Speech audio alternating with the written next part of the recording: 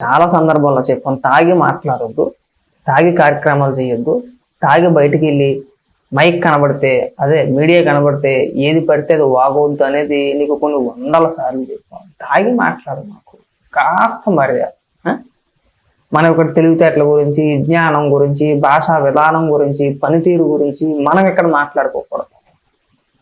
అంటే దేనికి పనికిరారు, దేనికి పనికిరావాలో వీళ్ళు డిసైడ్ చేస్తారండి. వీళ్ళ దృష్టిలో పనికొచ్చే వ్యక్తులందరూ ఎలా ఉంటారంటే అమ్మ నా మూతులు మాట్లాడేయాలి. లైక్ రోజా లాగా మాట్లాడితే పరిగెత్తుకు వెళ్ళిపోయి, రోజా నోట్లో ఏం పెట్టుకున్నావు ఇలాగ అడగనమాట.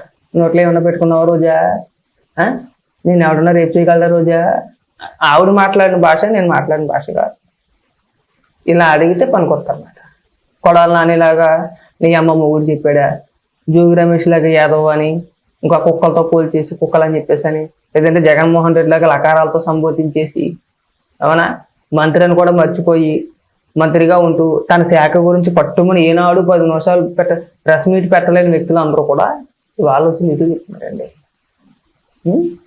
నువ్వు మంత్రిగా పనిచేసావు కదా రోజా, ఏ రోజైనా సరే పట్టుమని 5 నిమిషాలు 10 నిమిషాలు కూడా కదా 5 నిమిషాలు నీ శాఖకు సంబంధించి, ఇదిగో నా శాఖలు ఇలా తగలడ్డాయి, నీకు నేను ఫలానా పనులు చేసి పెట్టాను, నా శాఖకు సంబంధించి ఇది వివరాలని చెప్పేసి ఏ రోజైనా కానీ ఒక్క ప్రెస్ మీట్ పెట్టి మాట్లాడావా? అదే మన కొంపలో ఉన్న ఇష్యూలన్నీ తీసుకొచ్చి మరి నీ మొగుడి మీద ఫ్రస్ట్రేషనా లేదంటే ఇంకొక ఫ్రస్ట్రేషనో తెలియదు, కానీ ఊర్లో జనాల మీద చూపించేద్దామంటే ఎలా రోజా అలరైపోవట్లేదా? నీ వల్ల మాకు చెడ్డ పేరు వస్తుంది, నీ అభిమానులుగా నీ వల్ల మాకు చెడ్డ పేరు వస్తుంది. ఏమంటున్నా తెలుసు, మమ్మల్ని ట్యాగ్ చేసి చూసావా మీ రోజా తాగేసి వచ్చి మాట్లాడుతున్న వాళ్ళని అడుగుతున్నారు. ఎంత అవమానం మాకు. ఆఖరికి మేము కవర్ చేద్దాం అనుకుంటాం, లేదు లేదు అంత వచ్చి తాగిపోతే ఏం కాదు, మామూలుగానే బాగానే ఉంటుందని చెప్పేసి అన్నా సరే, కావాలంటే నువ్వు సరిగా చూడు. తాగలేనప్పుడు చంద్రబాబు నాయుడు గారు అంటది, లోకేష్ గారిని ఉద్దేశించి గారు అనకపోయినా సరే నారా లోకేష్ అని పిలుస్తుంది. తాగినప్పుడు మాత్రమే చంద్రబాబు నాయుడు గారిని చంద్రబాబు, లోకేష్ గారిని ఉద్దేశించి ఇలా పప్పు అని చెప్పేసి అని, లేదంటే పవన్ కళ్యాణ్ గారిని ఉద్దేశించి ఇంకా రకరకాలుగా నోటుకొచ్చినది పేలిపోతూ ఉంటుంది. కావాలంటే తాగినప్పుడు ఇంటర్వ్యూలు, తాగినప్పుడు మాటలు రెండు పక్కపక్కన పెట్టి చూసుకోవచ్చు బాబు, నీకు క్లారిటీ వచ్చేద్దని చెప్పేసి మాట్లాడుతున్నారు. ఎందుకు అంత అవసరం అని చెప్పు. ఇప్పుడు నీకు సెలవుమనికి కొంపలో 1,00,000 ఉండొచ్చండి. అవన్నీ మనం ఊర్లో మగాళ్ళని చూపించేద్దాం, వాళ్ళందరినీ విమర్శించేద్దాం అనుకుంటే ఎలాగండి? కాస్త సంస్కారం అనేది ఉండాలి కదా మనకు కూడా. ఇలా మాట్లాడతారు కదా, నువ్వు నారా లోకేష్ గారిని ఉద్దేశించి పప్పు అన్నావు, నేను నిన్ను ఉద్దేశించి పచ్చి తాగిపోతే అలాగే మాట్లాడుతూ ఉంటుంది అని చెప్పేసి అన్నాను అనుకో, చాలా దరిద్రంగా ఉండదు రోజా. గౌరవం ఇచ్చిపుచ్చుకోవాలి కదండి. ఎందులో తక్కువ నారా లోకేష్ గారు, ఎందులో తక్కువ అని అడుగుతున్నా? చదువులోనా?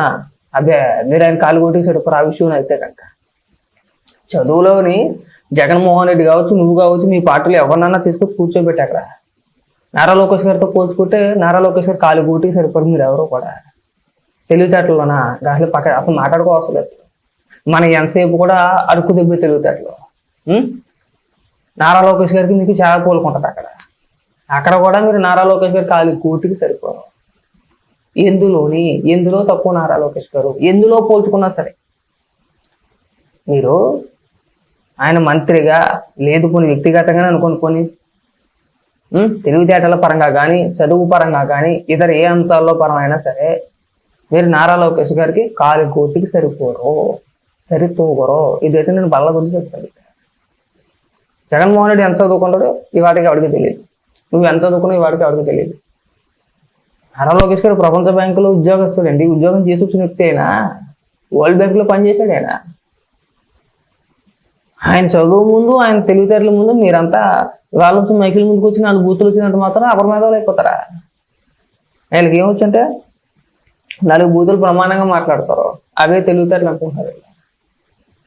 నారా లోకేష్ గారు ఎప్పుడు ప్రెస్ మీట్ పెట్టి మాట్లాడినా ఆయన శాఖకు సంబంధించి ఇదిగో నేను పలానా పరిశ్రమతో మాట్లాడుతున్నాను, రాష్ట్రంలో పెట్టుబడులు పెట్టడానికి సుముఖంగా ఉన్నారు, రాష్ట్రంలో పెట్టుబడులు పెట్టే అవకాశాలు ఉన్నాయి, పలానా పరిశ్రమ రాబోతుంది, యువతకి ఉపాధి దొరుకుతుంది, ఉద్యోగ అవకాశాలు రాబోతున్నాయి, వస్తాయి అని చెప్పేసి ఆయన మాట్లాడుతుంటే మీరు ఏం మాట్లాడతారండి? వ్యక్తిగత విమర్శలా? అంటే ఎందుకు ఈ కవ్వింపు చర్యలని అడుగుతున్నా. వద్దు, ఇంకెక్కడైనా సరే కార్యక్రమాలు చేసేటప్పుడు తాగేసి మాట్లాడు. ఇంకా చాలా మాటలు మాట్లాడింది. డెవలప్మెంట్ అని చెప్పేసి, జగన్మోహన్ రెడ్డి దేవుడు అని చెప్పేసి, జగన్మోహన్ రెడ్డి ఇచ్చే పథకాలన్నీ ఇప్పుడు ఎందుకు ఇవ్వట్లేదు అని చెప్పేసి అని. జగన్మోహన్ రెడ్డి ఇచ్చే పథకాలు ఒకవేళ అంత మేలు చేసింటే కనుక మీకు 11 వస్తాయి. జనాలు నమ్మలేదు మిమ్మల్ని, మీకు జనం ఓట్లేదు. అవునా? ఇక్కడ మనం వచ్చి 4 పంచి డైలాగులు వ్యక్తిగతంగా విమర్శలు చేసేసి అసలు మీరు ఎందుకు నిన్న కార్యక్రమం చేశారో మీకైనా ఒక క్లారిటీ ఉందా? పిలుపునిచ్చిన జగన్మోహన్ రెడ్డి ఏమైపోయాడు? జగన్మోహన్ రెడ్డి కదా చేయాల్సింది.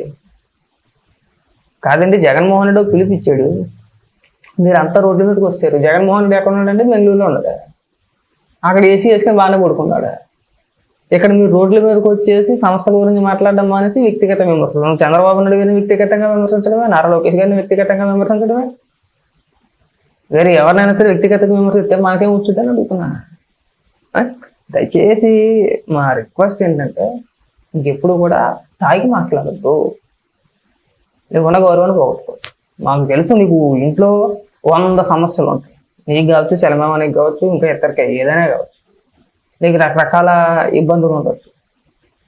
వాటన్నిటిని కూడా ఊరోళ్ళ మీద చూపించొద్దు. నువ్వు మొగోడివి కాదు, నువ్వు మొగోడు పెట్టారా,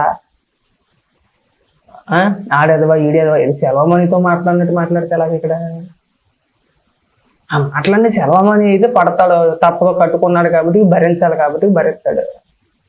అందరూ భరించాలంటే ఎలా భరిస్తారండి కదా? నేను ఇప్పుడు కూడా మీకు రోజా ఆయనో లేదంటే రోజా గారనో ఎందుకు మాట్లాడుతున్నావు? మహిళ అయిపోయావు కాబట్టి అంతేనా? ఇప్పుడు మీ ఇంట్లో యాక్సెప్ట్ చేస్తారండి. నువ్వు మొగోడువా, నువ్వు దమ్ముంటే రేపు చేయి రారా అనగానే ఇంటికి వెళ్ళగానే అయ్యి బాబాయ్ అమ్మ బలి అనేసావు అమ్మాయి, మీ ఆయన వచ్చి బలి అనేసే రోజా ఆయన నిన్ను రేపు చేయడానికి ఎవడొస్తాడు అని చెప్పి నేను మెచ్చుకోవచ్చేమో, కానీ సమాజం యాక్సెప్ట్ చేయదు అలాగా. నువ్వు 10 మందిలో ఒకరిని పట్టుకుని దమ్ముంటే రారా, నువ్వు మొగోడు అయితే రారా అని ఇంటికి వెళ్తే ఏమంటారు నిన్ను? అమ్మ నాన్న పిలిచినట్టు బలి పిలిచేసావమ్మ మీడియాలో అంటారా? లేదుగా, నీ పిల్లలు చూడరా వీడియోలు మాట్లాడి చూడరా. మాజీ మంత్రులు కదా, రాష్ట్రపతులు అందరూ చూస్తారు కదా, మనం మాట్లాడే టీవీలో కదా. మనం మాట్లాడితే టీవీలో వచ్చింది, మనకు ఒక ఫేమ్ ఉంది. మనం ఎంత జాగ్రత్తగా మాట్లాడాలి ఇక్కడ. అవన్నీ వదిలేసి అబ్బాబ్బే రోత నోట్లో ఏం పెట్టుకున్నావు, ఆడేదవా ఈడేదవా, అయ్యి బాబా నువ్వు అంత పెద్ద భక్తిత్వం అని అడుగుతున్నాను. ఎవడన్నా ఇలా మాట్లాడితే మర్యాద అనేది ఇచ్చిపుచ్చుకుంటే కదండి వచ్చేది. నేను అందరినీ అనేస్తాను, నన్ను ఎవడు అనకూడదు, మళ్ళీ ఏమన్నా అంటే ఏడ్చేస్తుంది. ఏమన్నా అంటే కనుక మళ్ళీ గొల్లు ఏడ్చేస్తుంది. నన్ను అలా అన్నారు, నన్ను ఇలాగన్నారు. ఇప్పుడు మాత్రం నోటి తోలుకొలది ఎంత అంత ఏది పడితే అది, వెనక ముందు ఆలోచన అనేది ఉండదు. ఏం చేస్తా తాగిన మైకులు ఏం చేసిద్ది, అలాగే మాట్లాడుతూ ఉంటుంది. ఎక్కడైనా సరే దయచేసి రిక్వెస్ట్ అనుకో, తాగేసి మాట్లాడద్దు. తాగుడు బంజి, తాగుడు మాని. అది నీకు మంచిది, నీ కుటుంబానికి కూడా మంచిది. దయచేసి సెలవుమణి గారికి కూడా మా రిక్వెస్ట్ ఏంటంటే తాగినప్పుడు బయటికి పంపించకండి. అవసరం రూమ్లో పెట్టి తాళం వేసేయండి, అవసరం గొలుసులతో కట్టేయండి, బయటికి రానవద్దు. బయటకు వచ్చి మాట్లాడితే ఈ ఫ్రస్ట్రేషన్ అంతా కూడా రోజు ఏదైతే మాట్లాడిందో ఈ కోపం అంతా కూడా ఇక్కడ రాజకీయ నాయకుల మీదో పరిపాలన మీదో కాదు,